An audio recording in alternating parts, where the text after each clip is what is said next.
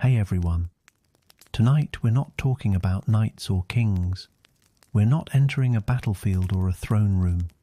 Instead, we're stepping into a quiet hallway, one with cracked wooden floors, burned out candles, and 9 women who rarely spoke to each other.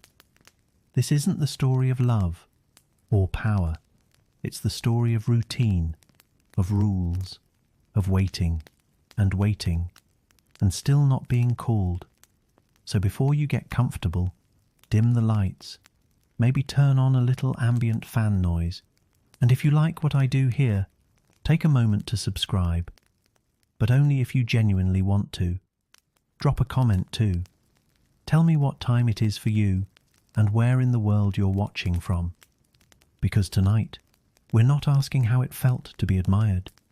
We're asking how it felt to be forgotten.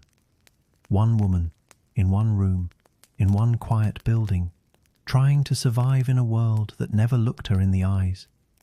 Let's begin. It was almost morning, but not quite. The sky outside the narrow alley was a dull blue-grey, the kind of sky that made no promises. The cold had not lifted, and the frost on the cobblestones hadn't melted. It would stay there until the sun forced it to go. A wooden door, half swollen from winter moisture, stood in a crooked frame. It was painted once, probably red, but that was many winters ago. Now it was mostly chipped and mostly brown, with streaks of black where the lantern's soot had collected above the hinges. There were no signs, no names carved into the wood, just one door, on one street, in one corner of a town no one visited unless they had a reason. She stepped toward it quietly, not cautiously. She'd done this walk too many times to be afraid, but slowly, as if walking too quickly would change the way the night ended.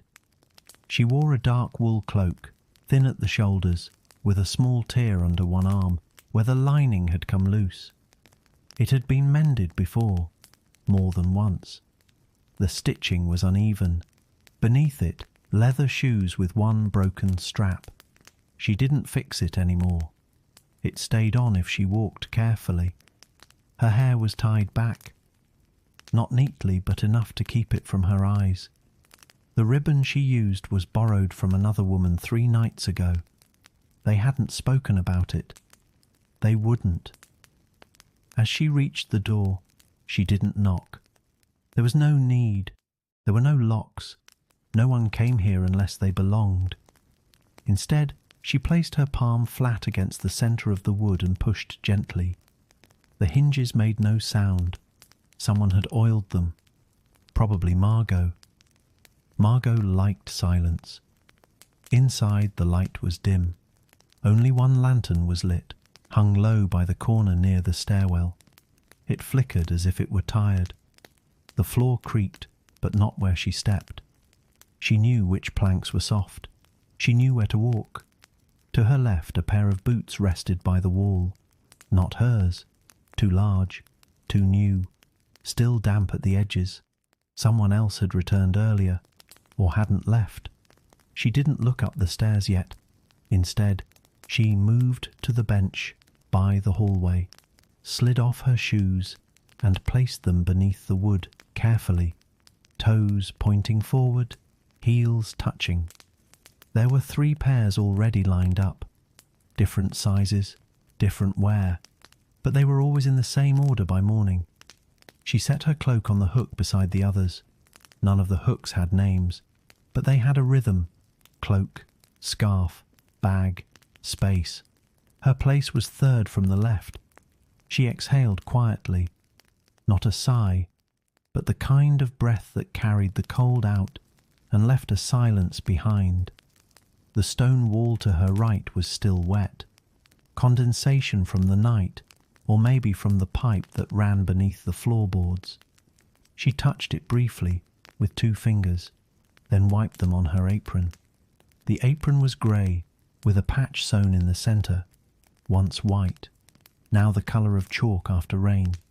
A cup sat by the bottom stair, not hers, probably Lucettes. Lucette never finished her tea. She reached down, picked it up with both hands, and carried it to the basin in the corner, where water gathered slowly from a dripping spout. Drip, pause, drip, pause. She didn't mind the sound. It had rhythm, more reliable than voices. The cup went into the basin with a soft thud, ceramic on tin. She stood there for a moment, watching the surface ripple, then turned. Her fingers brushed the wall as she walked. Another rhythm. The staircase creaked as she climbed, but only once. The fifth step, always. Upstairs, the door to her room was slightly open, not wide, not enough to invite, but enough to say, "It's yours." She pushed it the rest of the way. No lock, no handle, just a hinge and a quiet space beyond.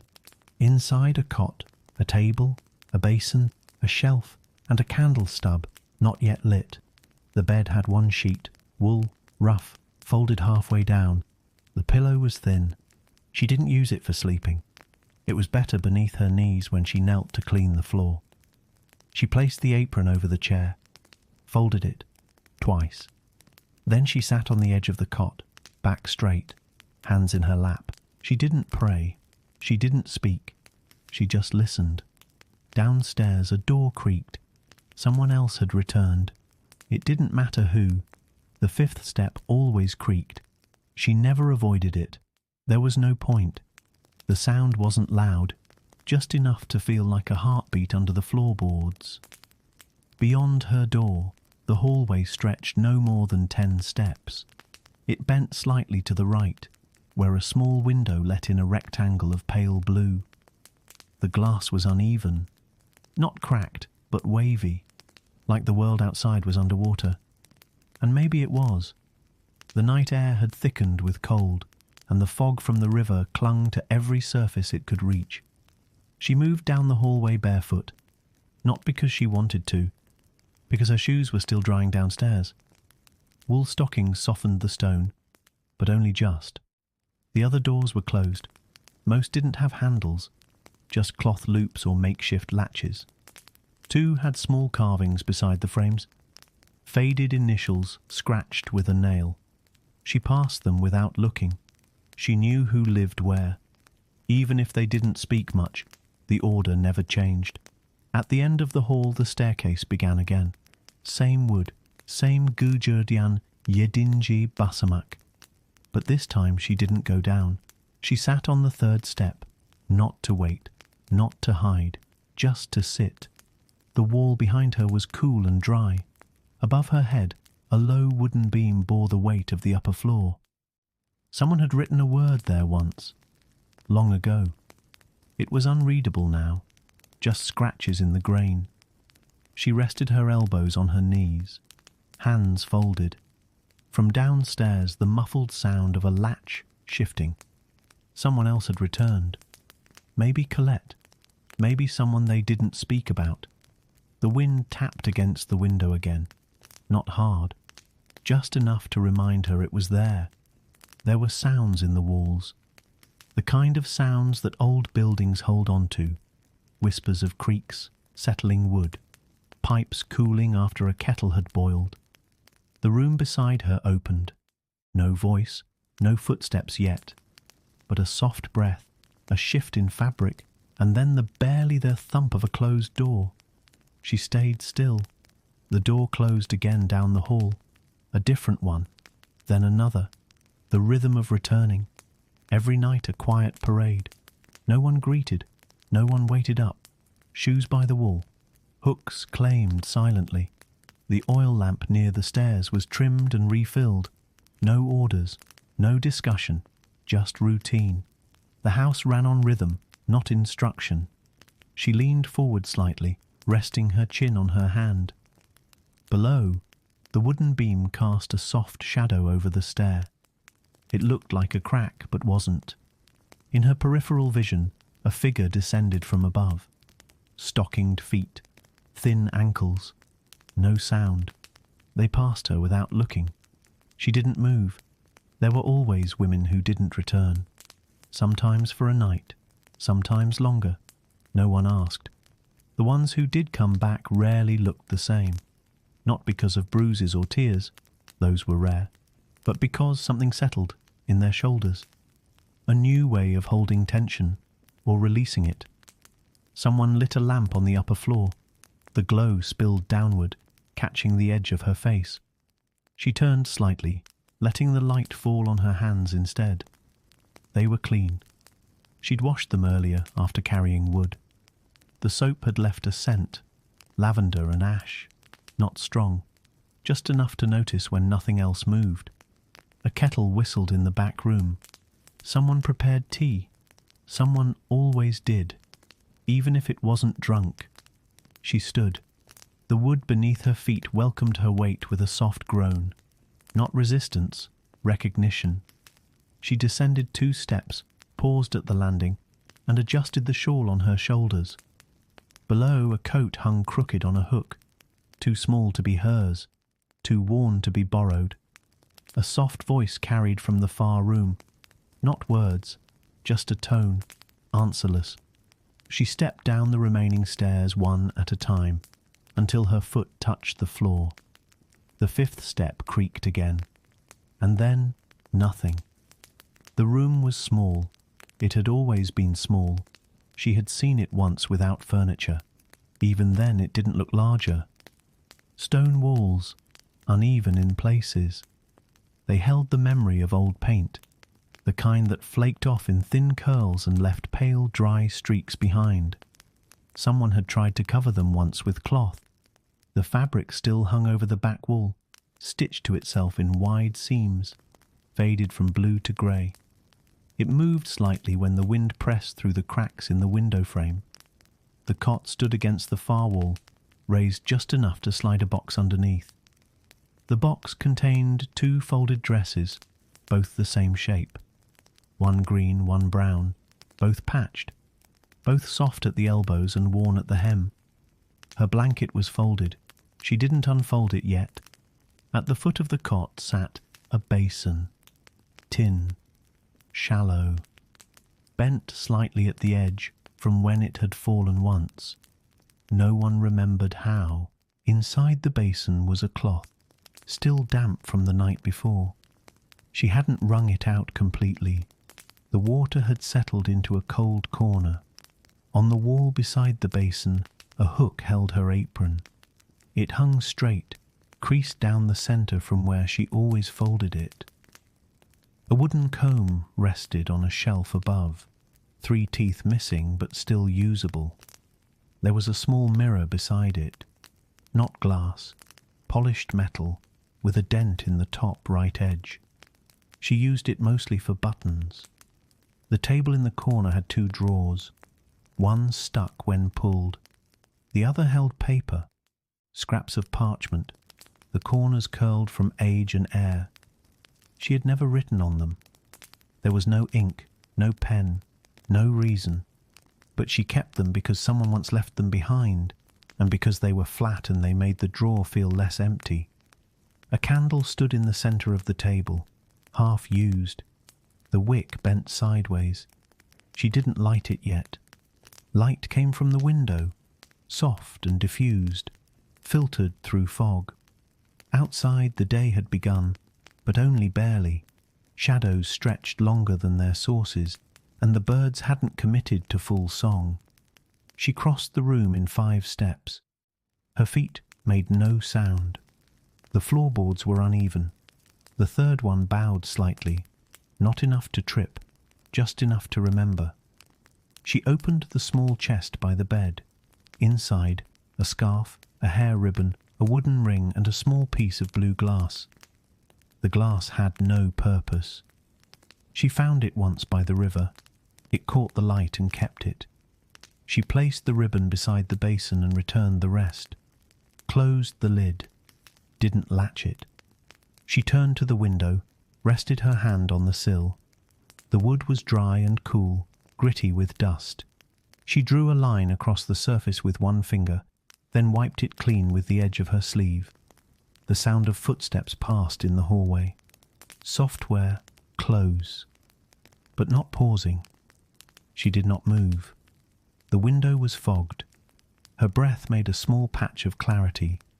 She leaned forward and for a moment saw the outline of rooftops, the edge of a chimney, and the curl of smoke rising against the still dim sky. She stepped back. Beside the window stood a stool. 3 legs. One was shorter. It wobbled unless you sat a certain way. She sat, hands on knees, back straight. The wall behind her felt colder now. She closed her eyes, but didn't sleep. She never slept during the day. Not really. Sometimes she drifted, but only when the room stayed still and the air didn't move and the building forgot to breathe. A sound came from the floor below. A door maybe, or the coal bin. Then nothing. She sat, a minute, then 2, then 5. The day waited. So she did too. The sound of morning did not arrive all at once. It crept through the house in pieces, a hinge shifting, a spoon against a cup, a breath that wasn't quite a sigh. Downstairs the fire had been stirred. The iron grate clinked softly as someone shifted the coals. There was no crackle, no roaring flame, just a warm pulse, low and steady. The kitchen was a single room with no windows. Light entered through the open hallway, spilling across stone tiles smoothed down by time and footsteps and soap water. She stepped inside. No one spoke.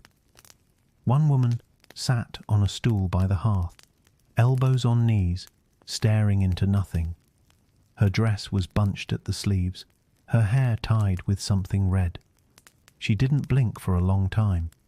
Another was at the basin, rinsing a cloth with slow, rhythmic motions. The water turned grey, then clear again, then grey.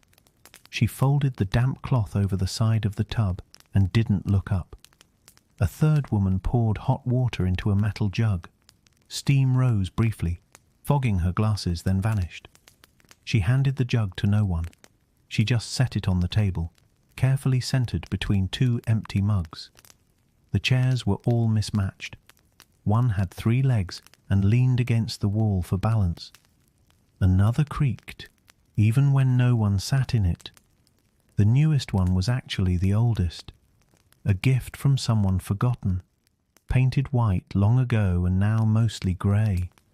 She didn't sit.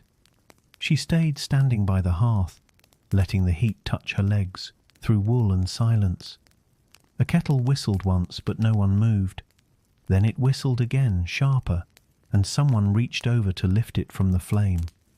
The smell of boiled metal filled the room, not unpleasant, but sharp. A single loaf of bread rested on a plate beside a knife with a cracked handle. The bread was dry, hard at the corners, the kind that lasted long but pleased no one. A woman tore a piece from the side, dipped it in her tea, waited for it to soften, then ate it slowly, eyes on the wall. No one had asked for it. No one complained. That was how it worked. No orders, no rules, just gestures, habits, timing. She stepped to the table and poured herself a small cup. The water was too hot to drink, so she held it in both hands and let the steam rise toward her face. For a moment, the scent of chamomile touched her nose. Not strong, just enough to mark the hour. A spoon rested on a saucer beside her. She didn't use it. There was nothing to stir. The others moved slowly, like shadows rehearsing a dance they had long forgotten the purpose of. Outside, the sun rose behind the clouds. No direct light entered, just a muted glow that settled into the cracks between the stones. Someone in the corner opened a small box. Inside, a thimble, 2 pins, a folded scrap of linen. She began to sew. The thread passed through the cloth without sound. The needle dipped and rose, like breath. No one looked up. That was the rule. You didn't watch unless someone spoke. And no one spoke. She sipped her tea. It was still too hot. She didn't mind. The cup was smooth under her fingers, worn down from years of washing, from being passed hand to hand. Never truly clean, never truly dirty.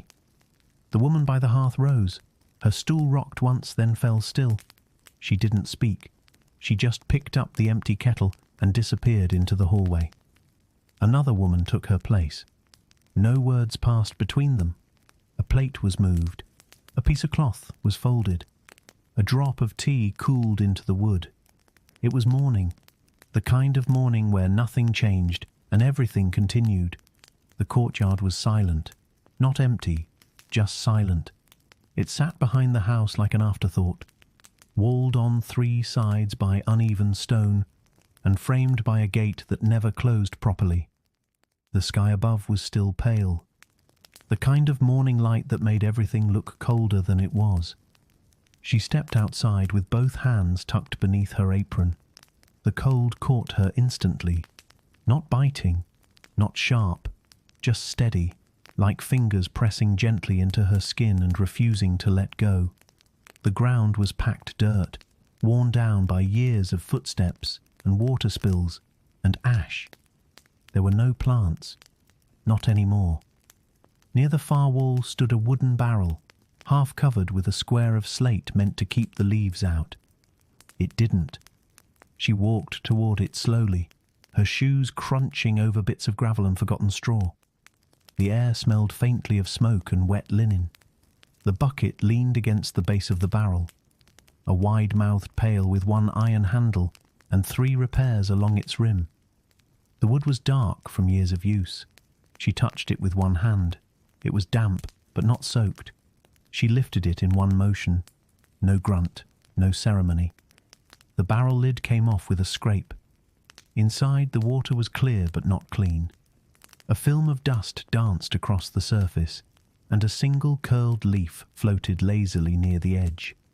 She dipped the bucket in slowly, tilting it just enough to break the surface without making a sound. The water flowed in. The bucket sank an inch, then steadied. She pulled it out with both hands, arms close to her chest. The cold moved up through the handles and settled into her wrists. She didn't shake it off. The water sloshed gently as she turned. Her steps were slow, each one precise, each one tested before she placed her weight. The ground was slick near the doorway. Someone had spilled something, or maybe the night had frozen what was once nothing. She paused at the threshold, let the bucket settle, then nudged the door open with her foot. Inside, the warmth returned. Not heat, just the absence of wind. The others were still in the kitchen. She didn't look toward them. Instead, she carried the bucket to the washroom, a small corner room just beyond the pantry, with a basin carved into stone and shelves lined with folded cloth. The basin was empty, but damp. She poured half the water in, not quickly, not slowly, just steadily, so that the surface didn't splash. The rest of the bucket she set beside the door. It would be used later, for cleaning or boiling or nothing. No one told her how much to carry. She just knew. The cloth on the shelf was hers, light brown with a dark stitch on the corner. She had sewn it 3 winters ago. It still held. She dipped it into the basin, wrung it twice, then laid it flat across the edge. The sound of fabric squeezing water was the only sound in the room. She washed her hands first, palms, fingers, wrists, then dried them on the apron. She did not wash her face, not yet. Outside the room, someone passed by humming.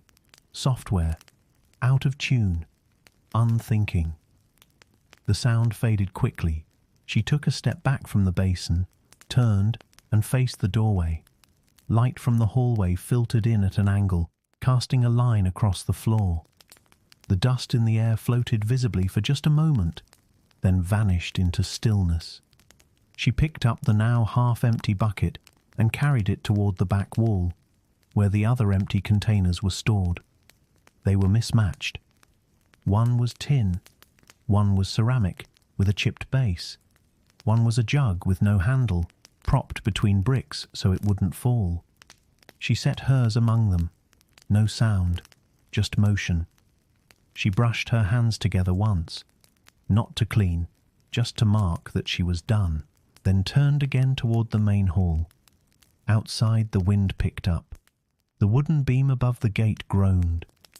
The slate cover on the barrel lifted slightly, then fell back with a flat thud. She didn't look. The work was finished, until it began again. The room upstairs had no name.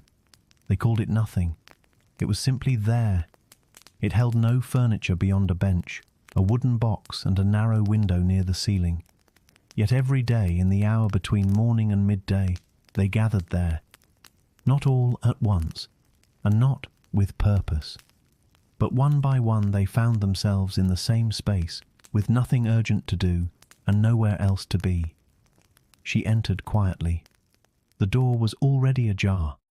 Inside, 3 women sat. One on the bench braiding her own hair in slow, methodical motions. Another crouched near the window, watching the light shift across the wall.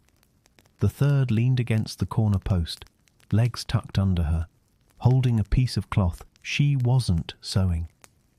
No one turned to look at her. She didn't expect them to. There was a rhythm to this silence, the kind that didn't demand attention, only presence. She stepped to the side of the bench and sat, hands resting in her lap.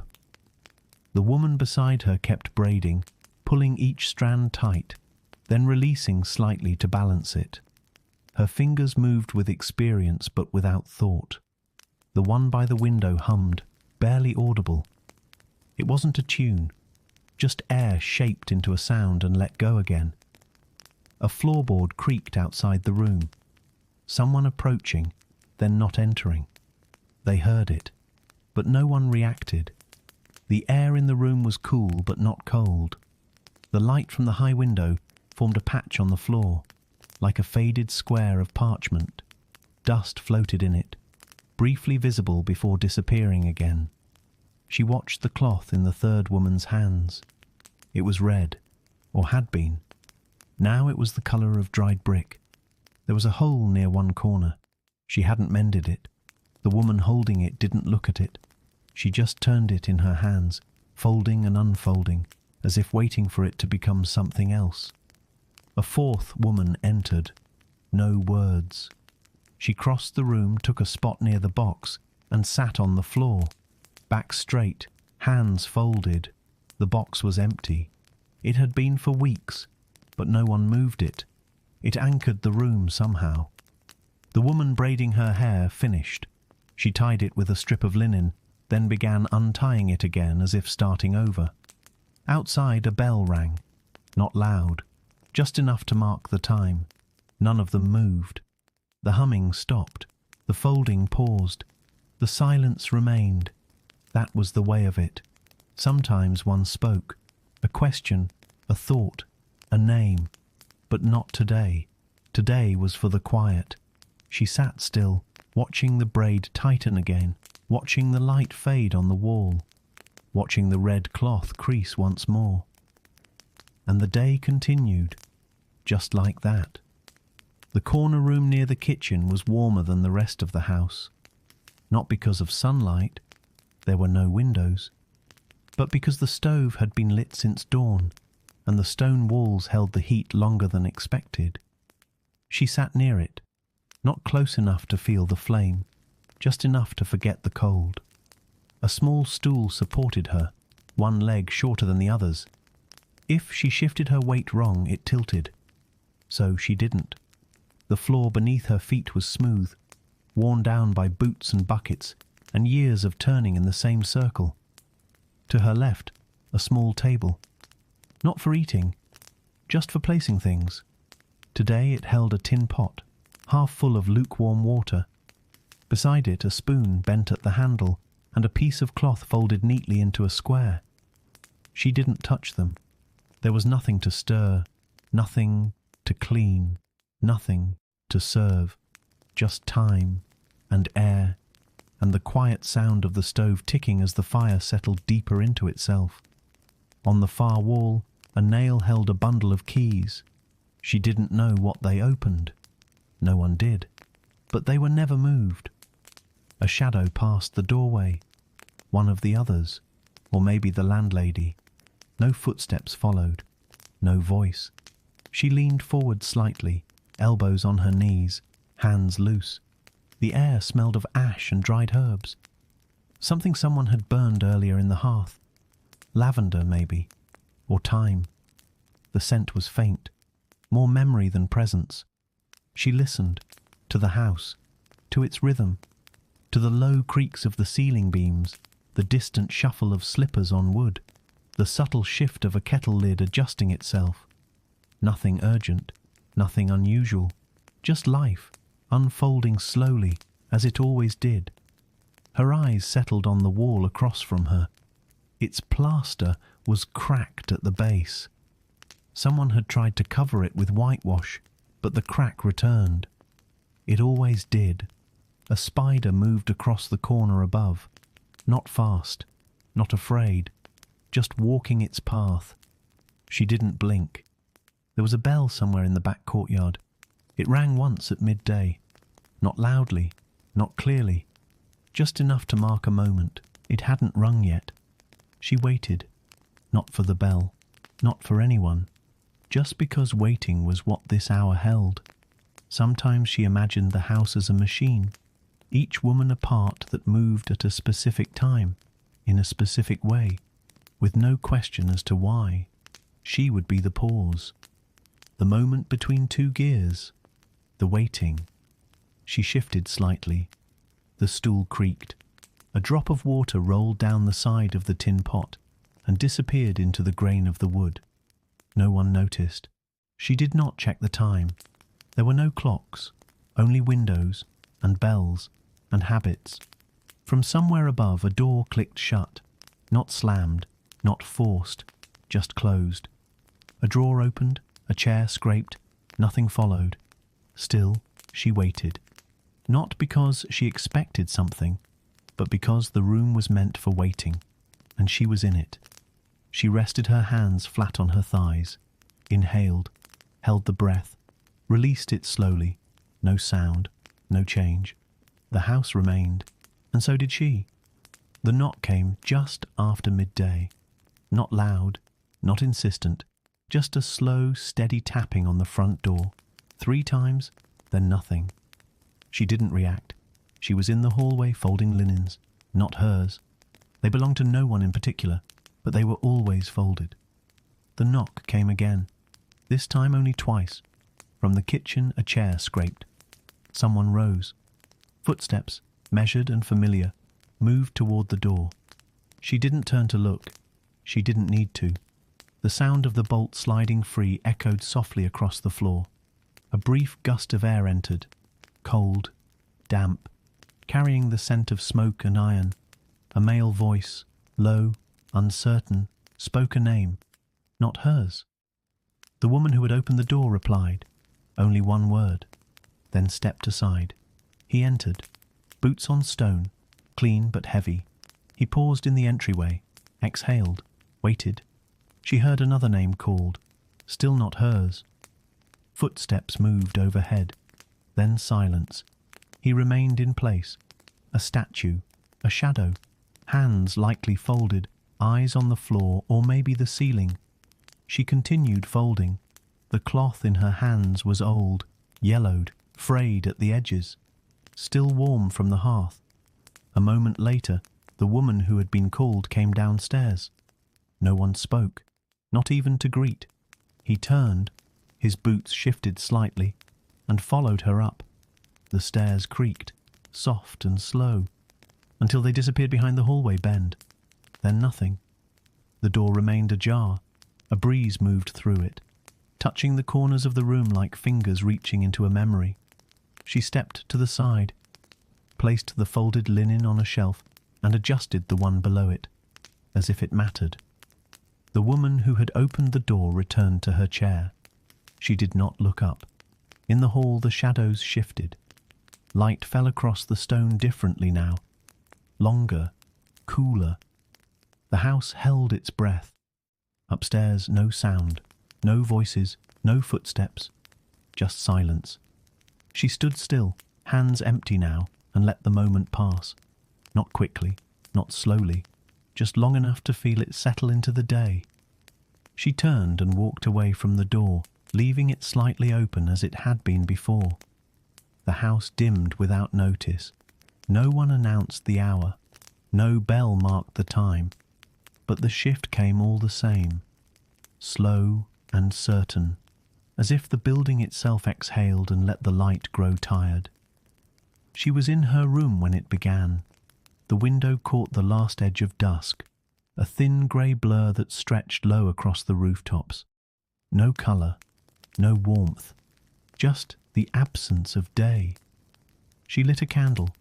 The flame rose unevenly, flickered once, then steadied. Its glow touched only a few things: the edge of the basin, the folded scarf on the chair, the corner of the bed where the blanket waited. She sat beside it, not on the bed but on the stool, hands resting in her lap. Down the hall a door closed, then another, not loud, just final. Someone climbed the stairs slowly, then paused, then turned. Footsteps faded. From below, a kettle shifted on the grate. Someone stirred the fire. A soft rattle of coal against iron, then silence. She remained still. The shadows on the walls stretched longer. The candlelight flickered, but didn't reach them. Her room grew small in the quiet, not because of the walls, but because the world outside had receded. The noise, the motion, the waiting, all stepped back and left her with the stillness. On the table, the comb remained where she had left it. Beside it, a folded scrap of cloth and a pin with no mate. She picked up the comb and ran it once through her hair. No knots, no pull, just the soft whisper of bristles against strands, and the slow breath that followed. A door downstairs opened. Voices murmured, male, female, short exchange. Then footsteps ascending, not her floor. The voices vanished behind wood. She returned the comb to the table and adjusted the scarf on the chair, even though it hadn't moved. Somewhere below, the fire popped. A single coal broke. The air settled. She rose, crossed the room in 3 steps, blew out the candle. Darkness returned. Not deep, not total. Just enough to soften everything. She lay on the bed, blanket over her knees, head turned toward the window. The fog outside had thickened. Nothing moved beyond the glass. Inside, only breath, only warmth, only the house exhaling as night took hold. The house did not wake with the sun. It stirred slowly, reluctantly, as if the walls themselves preferred to remain asleep. She was already dressed, not because of urgency, but because she hadn't truly slept. She rarely did. Not at that hour, not in that room. The blanket on her cot remained folded, the pillow untouched, the candle still whole. She wrapped her shawl tight across her shoulders. The wool was stiff from the night air, the edges curled where it had hung by the door. The hallway outside was dim. Pale grey filtered in from the high windows near the ceiling, casting long lines of light across the stone. Her steps were slow, measured, not silent, but practiced. The 5th stair groaned beneath her heel. It always did. She didn't avoid it.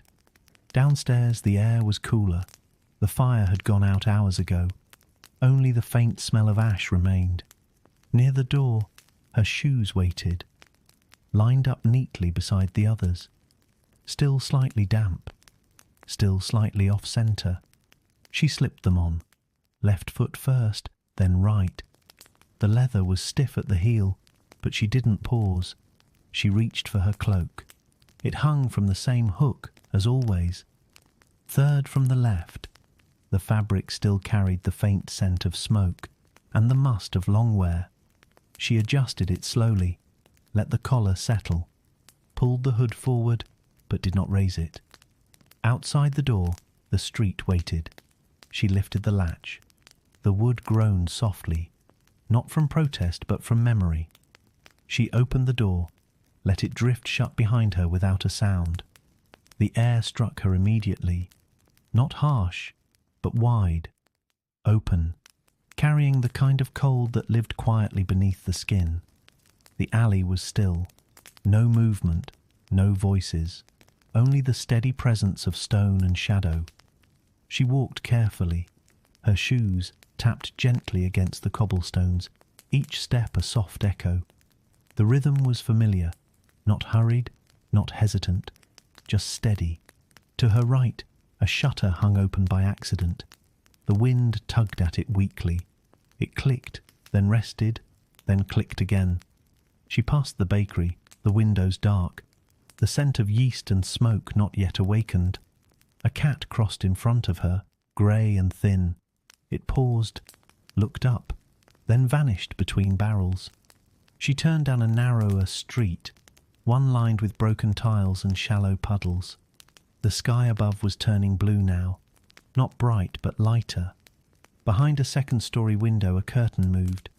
Someone watched, or not. It didn't matter. She walked on. The town was hers, in that moment, not by name or right, but by presence. No carts, no cries, no bells, only her steps, and the breath she exhaled in slow white ribbons. At the edge of the square, the fountain stood still, frozen slightly at the rim, its basin dusted with a skin of frost. A coin glinted faintly beneath the surface. She didn't stop. Past the apothecary, past the tannery, past the doorway that always smelled of soap and salt. The town curved gradually uphill. She followed the bend, the incline subtle, the buildings closer now, shadows longer. On the far wall of a chapel, a bell hung silent, its rope coiled, its shadow pointing west despite the eastward light. She reached the last corner. Beyond it a footpath, barely marked, lined with low shrubs and frost-bitten grass. It led between two stone fences, then disappeared into morning fog. She paused, looked back once. The rooftops behind her were still in half-sleep, edges glowing faintly, chimneys beginning to breathe. No one called her name. No one watched her go. She stepped forward and vanished into the path as the town prepared to wake without knowing she had ever been there.